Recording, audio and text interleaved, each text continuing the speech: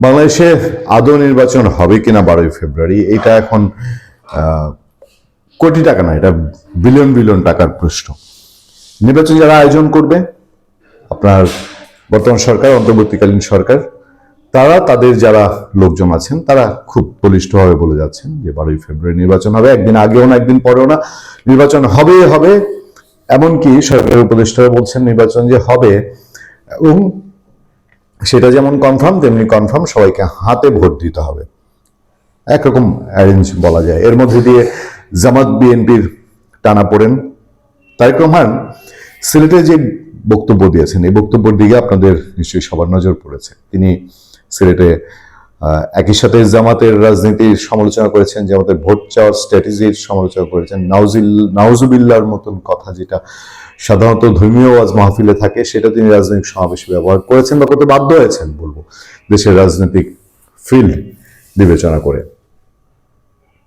ভারতের পত্রপত্রিকা আমি অতটা গুরুত্ব দিয়ে নাও দিতে চাই। আনন্দবাজার পত্রিকা প্রশ্ন তুলছে নির্বাচনকে আসলে ঠিকঠাক মতো হবে কিনা, তারা রিপোর্টও করেছে, বিস্তর রিপোর্ট করেছে। আমি সেই রিপোর্ট ধরে আলোচনা করতে চাই না।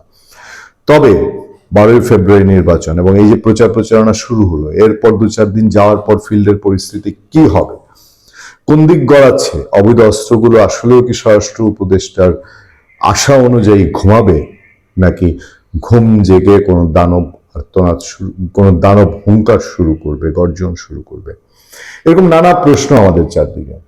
আমরা বারবারই বলেছি যে এই নির্বাচনে বহু ফ্যাক্টর জড়িত, জাতীয় পর্যায়ে বা আন্তর্জাতিক ফ্যাক্টর, আমেরিকার ইন্টারেস্ট, ভারতের ইন্টারেস্ট, চায়নার ইন্টারেস্ট, পাকিস্তানের ইন্টারেস্ট, তুরস্কের ইন্টারেস্ট, কোনটা আপনি ফেলে দিবেন, এবং এক একজনের ইন্টারেস্ট এক এক রকম, সব একশোতায় কথা না।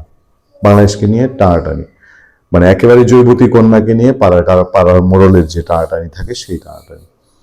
দেশের ভেতরে আওয়ামী লীগ নাই, আওয়ামী লীগ নিশ্চিহ্ন বা আওয়ামী লীগ ছত্রভঙ্গ, অথবা আওয়ামী লীগের দাঁড়ানোর আর কোনো পথ তৈরি হয়নি। নির্বাচন সামনে রেখেও আওয়ামী লীগের কোনো কর্মসূচি নেই, না থেকেও আওয়ামী লীগ আছে।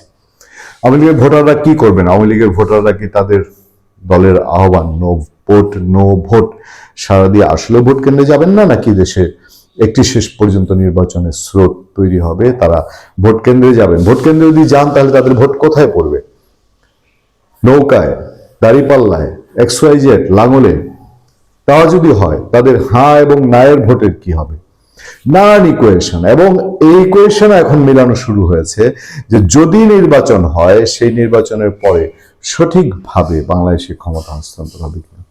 মার্কিন যুক্তরাষ্ট্র ওয়াশিংটন পোস্টের খবর অনুযায়ী তারা সখ্যতা বাড়াচ্ছে জামাতে ইসলামীর সাথে, জামাতে ইসলামী চূড়ান্ত ভালো ফল করবে। সোজা বাংলায় বললে জামাত ক্ষমতায় আসতে পারে সেরকম সম্ভাবনা মার্কিন যুক্তরাষ্ট্র দেখছে বলেই তারা জামাতে ইসলামীকে এখন লিবারেল ইসলামিক পার্টি চিন্তা করে তাদের সঙ্গে খেলাধুলা শুরু করছে। বিএনপি এত সহজে তাদের নেতাকর্মী যারা আছে তারা কি ফিল্ডের তাদের সাজানো বাগান এভাবে তছনছ হতে দেখে দিবে? তাহলে আগামীতে কি আছে?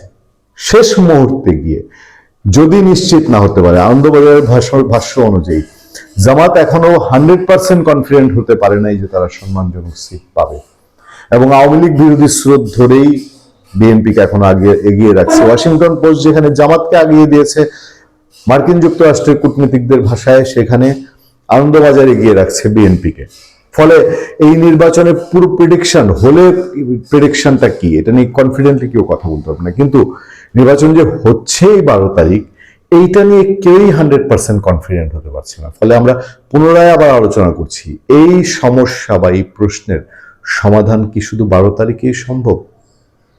ভালো থাকবেন, সুস্থ থাকবেন। আপনার সাথে আমি আতিক রহমান পূর্ণিয়া।